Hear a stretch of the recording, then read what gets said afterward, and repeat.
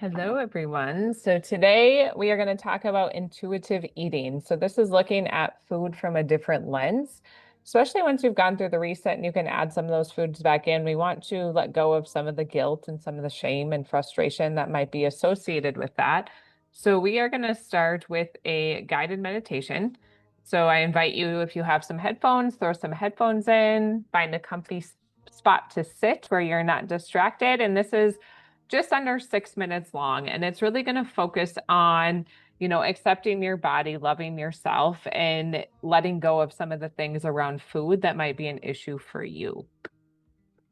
So let's get started with that. So throw your headphones in, find a comfy spot. You can either sit or you can lay down. And I'll get this started here. Come to find a comfortable position. This meditation can be done seated or lying down.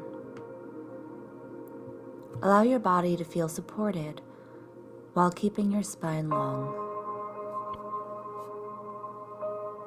If it's comfortable, I invite you to close your eyes, but if not, simply lower your eyes to a soft gaze.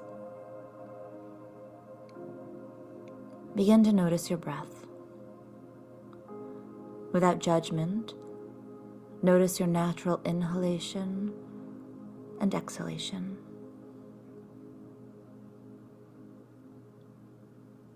Begin to notice any subtle movement in the body as you breathe.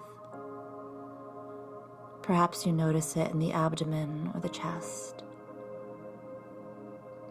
And if you feel comfortable, I invite you to place a hand on your body where you notice the movement the most. And allow this gesture to promote a deeper connection between your body and your breath. Allow each exhale to bring a greater sense of relaxation in both the body and the mind.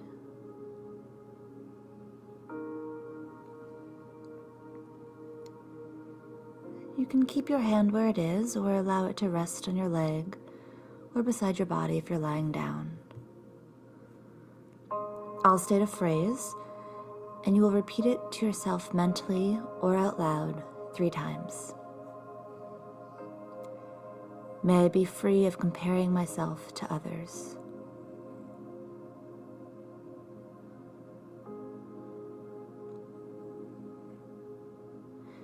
May I be free of judging myself and others.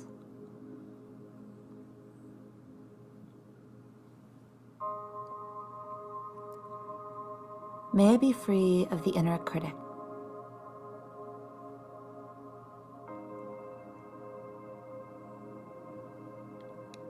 May I be free of dieting.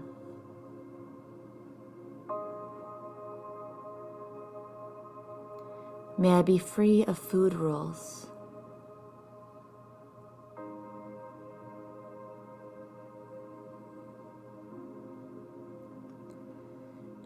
May I be at peace with all food.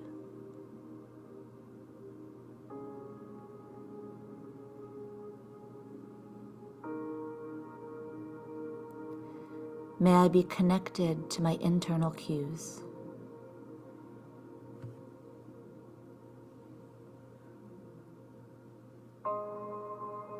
May I be free to acknowledge my feelings.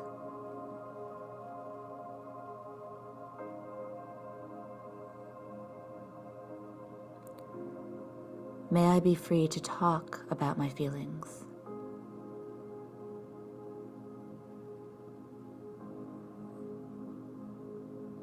May I be free to process my feelings as they arise.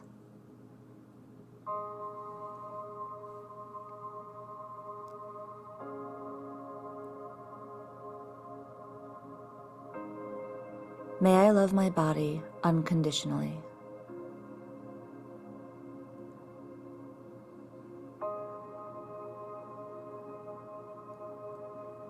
May I love myself unconditionally.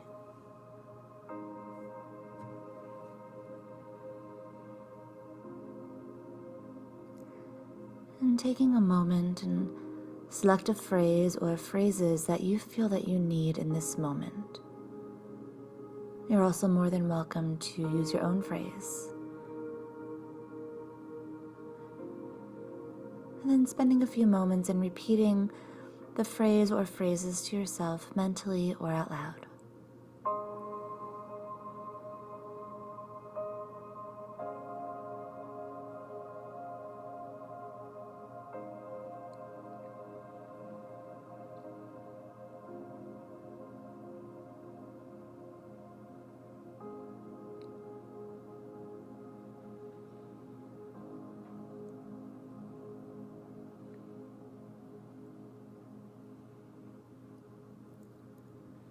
And letting it go and returning to your breath. Noticing any differences in the breath from the practice.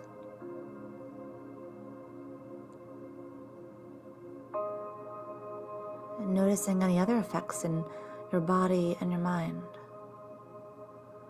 And if there is no change, you're still observing with awareness.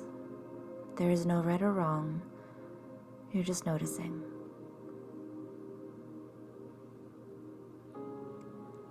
And when you're ready, gently opening your eyes and letting the practice go.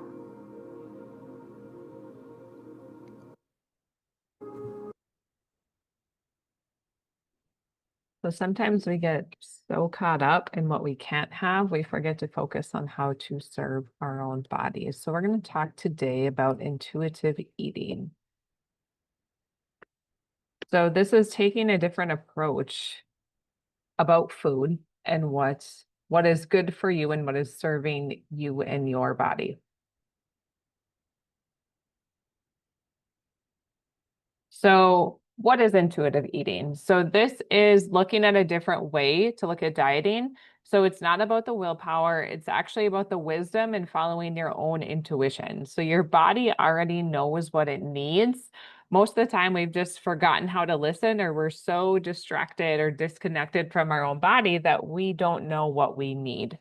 So it's removing the guilt and shame around the food. So instead of labeling food as good or bad, we're just looking for information, we're looking for feedback, and we're looking for what is the best choice for your body.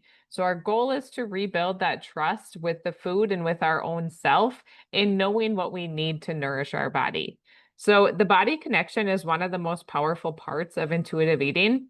And this is learning how to tune into your own signals again. So this is things like, how full are you? When are you full? When are you hungry? What are you craving? Because when you're healing your metabolism, that connection is key. So you get back in tune with your body. Your body sends you signs and signals, and intuitive eating helps you listen early versus waiting until your body's screaming and listen later. So there's no rigid rules. So there's no eat this at 7 a.m. or don't ever touch French fries again. This is about flexibility and not fear. So we are removing the fear of food and instead instilling that intuition power in your body. So we're giving you the tools to respond to life, not to be controlled by it. So it's especially helpful for those that are dealing with issues maybe around food. So, for example, for myself, gluten would trigger a rash on my hands, and I could literally think about gluten and my rash would flare up. So, that is showing the emotional connection with the food that's causing a physical symptom, even if I didn't eat it. So, emotions are tied to food, and learning and listening to those cues in our body and taking that fear out of it, releasing that emotional energy around it is huge.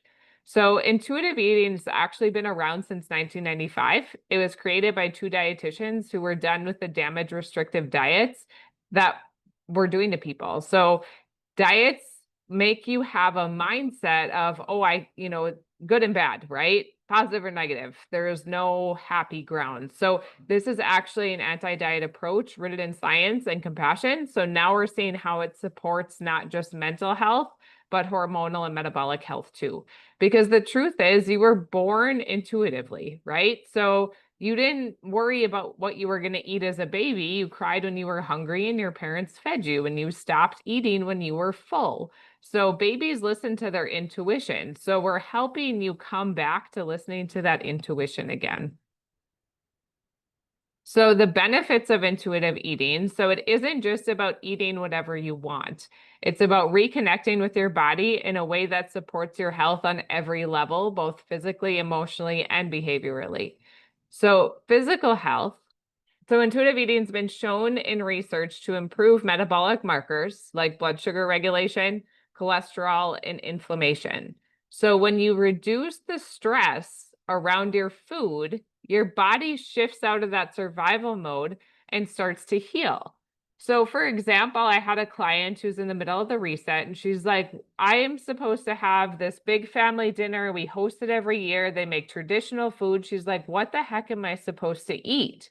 I said, okay, in this situation, it is more beneficial for you to have your entire family over, cook your traditional food, pray over your meal, and sit and eat with one another, right? That community is healing. That is producing more healing benefits in her body than looking at the things of, oh, I can't eat that meal. I can't sit down at the table. I don't want to have any distractions. So it is healing to have that community around you as well. So many people experience a more stable weight over time, not from forcing, but from trusting your body. So it's not just about the weight loss, it's about protecting your metabolism and protecting your body too. Then your digestion also improves when you're present and calm while you're eating. So when you're shifting into that parasympathetic state, your nervous system is doing the job because it's putting you in that rest and digest state. So, for example, if you sit down praying over your food, that can help your body calm down. Taking a few deep breaths before you eat. The other one is the 4-7-8 pattern. So, inhaling for 4 seconds, holding your breath for 7 seconds, exhaling for 8 seconds. Do that a few times and you will just feel your body just calm down, right? So we want to be in a calm state when we're eating. We don't want to be running around the kitchen, taking a bite here or there. We don't want to be eating in the car. We want to be intentionally present while we're eating. We want to be chewing our food, ideally sitting at the table and sitting down while you're eating. So some of the mental and emotional aspects of this is seeing less stress and fear around food. So I want you to be able to have those community events with with your family or go to a community event. You can make healthy choices, right? So most restaurants, they usually have some sort of meat on the menu. They usually have some sort of salad or steamed veggies.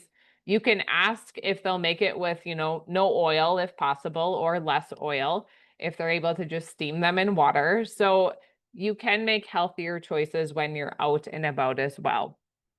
So your body image actually is usually improved because not because your body drastically changes, but because your relationship with it does, right? So maybe you realize how strong you are. You see how far you've come, right? So learning that everyone's body is a little bit different and stop comparing yourself to everybody else. So intuitive eating can significantly reduce the risk of disordered eating behaviors like binging, restricting, and emotional eating because you're removing the fear and control. So for example, maybe if you have a stressful event, right? Maybe you instantly start craving chocolate. Well, that's your body saying, hey, this is an emotional problem. I'm not actually hungry, but this chocolate's going to help you feel better.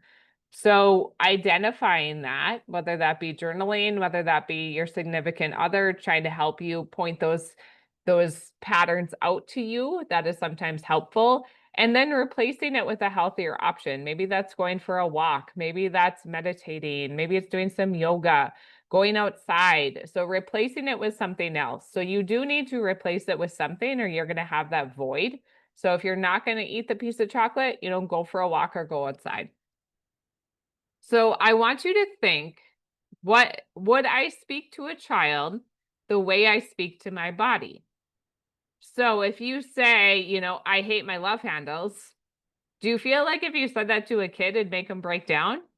Well, you're a kid at heart too, right? So when you're saying that or you're thinking that about your body, that's breaking yourself down and putting yourself down. So I want you to think of those things. You can journal about these as well, the frustrations that you have, and flip them into a positive, right? So we don't want to be focusing on the negative. We want to focus on the positive. Then behavioral and lifestyle benefits. So one of the most beautiful benefits is joy, right? Because people actually get to enjoy food again without guilt, without punishment during their meals. And I saw this with another client going through the reset. She was in the middle of the release phase and her son made cookies. And she's like, you know what? Normally I would have made myself do a bunch of squats and then I would have eaten a cookie. She's like, I decided to just eat the cookie, forgive myself, enjoy every bite, and move on. And the next day she woke up and she was down like a pound or two. She's like, so I still released weight and I ate the cookie and I didn't have all the guilt. I'm not saying you should eat cookies all day, every day, but you don't have to have that fear and guilt around every piece of food either. So it builds sustainable habits because it's not all or nothing. You're not on or off plan. It's a lifelong rhythm, not a temporary rule book. So we taught you how to eat healthy for life. You went through the reset, you did the release phase, you did the maintenance phase. You know how to build a healthy meal plan, right? So keeping in mind that you want to do what serves your body too. So you feel empowered because decisions come from you, not a diet chart. So the autonomy is key, especially for those who have been told how to shrink and control themselves for years. So getting away from that rule book, you can still 100% use it as a guide. But for instance, some people might be able to add in cheese again and their body tolerates it just fine. Others might not, right? Some might be able to add eggs back in, others might not. So you need to intuitively follow what your body is telling you and what you're craving and what your needs are.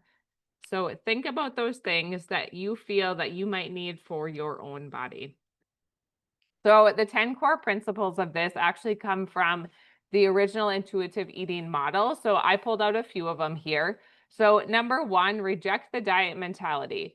So this is the first and hardest step. So you're letting go of all the lies and all the diets and all the past things that everything has told you, right? So that means saying no to quick fixes, saying no to food guilt, saying no to cheat days, and believing your worth is tied to your weight, because your worth is not tied to your weight. And dieting creates a cycle of restriction, binge, shame, and restart. This principle breaks that chain. So we're not even allowing that chain to be in place. Respect your body. Your body is not the problem. So the principles about accepting your unique genetic makeup, shape, and journey. Everyone is different. Don't compare your journey to another person's journey. So you can use affirmations like, my body is my ally, not my enemy. Your body is always fighting for you. Your body wants you to live. Your body is going to do anything that it can do to survive. And then I want you to feel the difference. So this is talking about movement. So this is moving for joy, not to punish yourself for eating. So with the cookie example, prior to this, she would have done a bunch of squats to eat a cookie, right? So don't punish yourself. Instead, do joyful movement. Go for a walk, move your body and serve your body. A way I like to look at it is, God gave us these bodies and they're our temple and we should be serving them, right? Like it's almost a disservice to not take care of yourself. So you don't have to earn food with exercise. Movement should feel like a celebration, not a chore, right? So if you're dreading doing your movement every day, what can we do differently that is joyful for you? Maybe this means going for a swim instead. So find what that joyful movement means for you, and that will be something that you stick to, because it's all of those little things over time that build up. So ask yourself, what type of movement makes you feel grounded, strong, or happy? Because that is what you want to do. And consistent, enjoyable movement actually boosts your insulin sensitivity and reduces cortisol, which are both wins for your metabolism. And then the last one, honor your health. So this teaches you that healthy eating can include, things like cookies, because health is about the big picture, not one single bite. So you want to choose foods that fuel you and satisfy you physically and emotionally. And it's about progress over perfection. Okay. So remember, make the choices that are intuitive for your body and stay on track with your guide and making progress. So here are some more of the core principles. So remember, listening to your body, listening to your hunger, your fullness, and the judgments that we've absorbed around food. So they help rebuild the body, and the brain builds trust in you, right? So honor your hunger. So your body is biologically wired to protect you, and hunger is a sign it needs fuel. So skipping meals or ignoring the hunger sometimes can create stress in the body, which may lead to a spike in cortisol and may lead to overeating. So when you honor your hunger consistently, you stabilize blood sugar, improve metabolism, and you're avoiding that binge and restrict cycle. So you can start to tune into your body and recognize those early signs of hunger. So this might be, fatigue, brain fog, irritability, and you want to recognize those signs before you hit the point of being too hungry. You want to make peace with food. So this one can be emotional because a lot of us are taught to fear food. Like carbs are bad, sugar is bad, gluten is bad. I don't disagree with sugar and gluten, but I will say I admit that I eat it occasionally, right? And you pray over your food and you forgive yourself. So you're making peace. This doesn't mean that you're eating junk food all day. It means removing the moral weight from your food so you can choose the foods freely for you. And actually, when all food is allowed, the forbidden food loses the power that it has over you, and you actually crave it less. So when you look at it from like a research standpoint, restriction of food increases a dopamine response to certain foods, making you crave them even more. So for example, if a candy bar is on your forbidden food list, your body's like, oh, I can't eat it. I better not do it. That's super bad for me. I shouldn't eat that candy bar. I shouldn't eat that candy bar.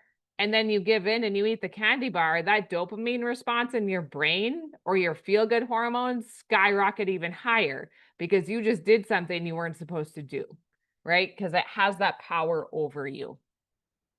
So challenge the food police. So these are the inner voices and sometimes outer voices that say you shouldn't eat that. You've already had enough. You're being bad. This principle teaches you to notice those voices and question them. Are they based on truth or are they based out of fear? And you don't need shame to make healthy choices. You just need to trust yourself.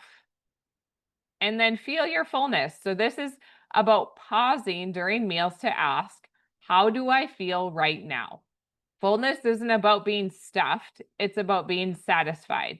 So that can only happen when you're actually present while you're eating.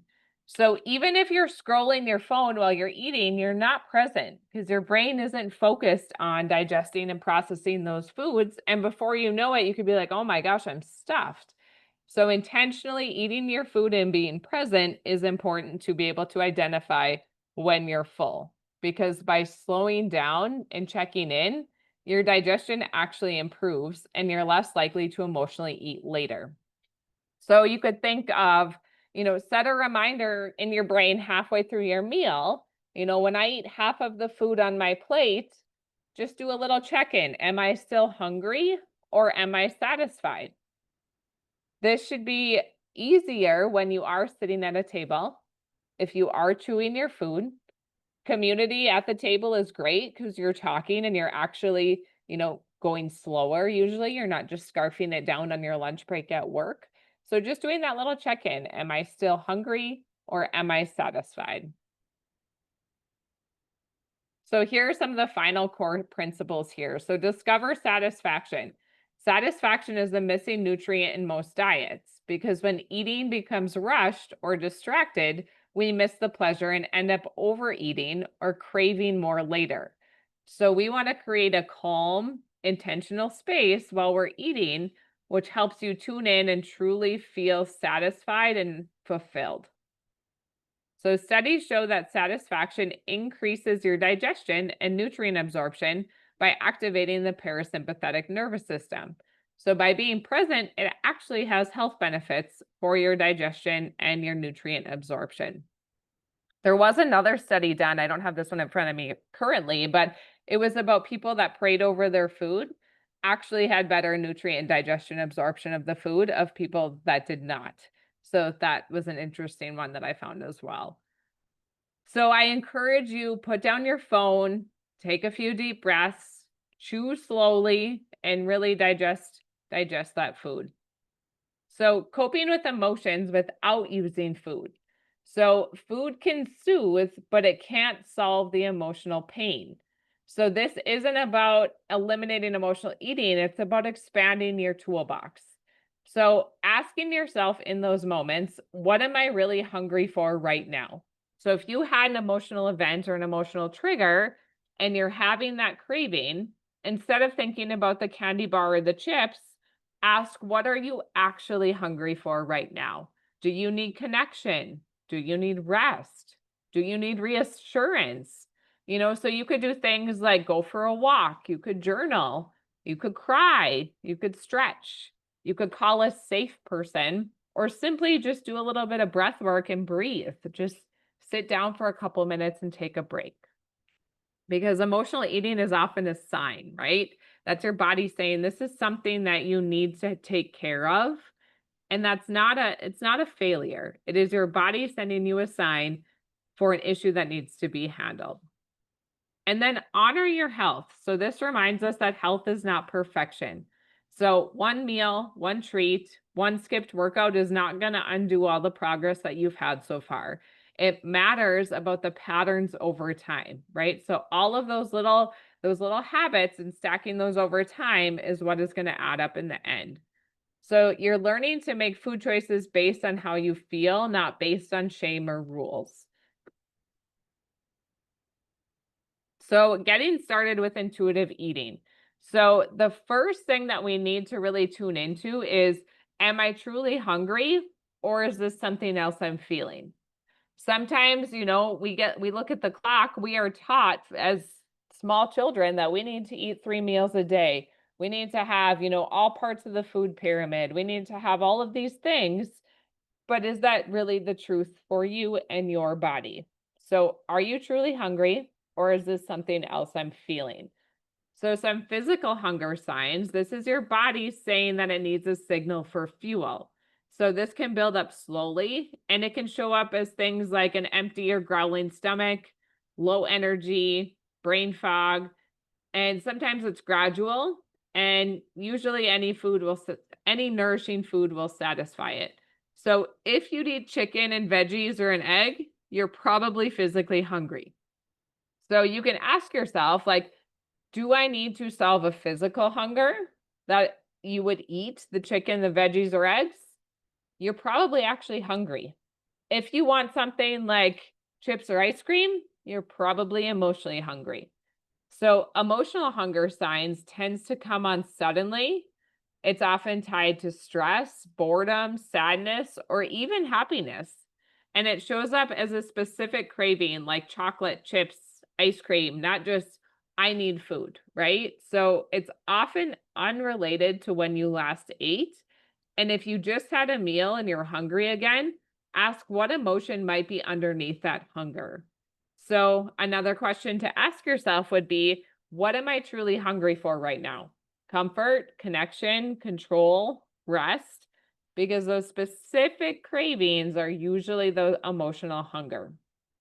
So the basics are of intuitive eating: eat when you're hungry, stop when you're full, really tune in. Is this a physical hunger or is this an emotional hunger? And take that time to pause and ask, because that one pause can really change everything and what you are steering towards to fuel your body.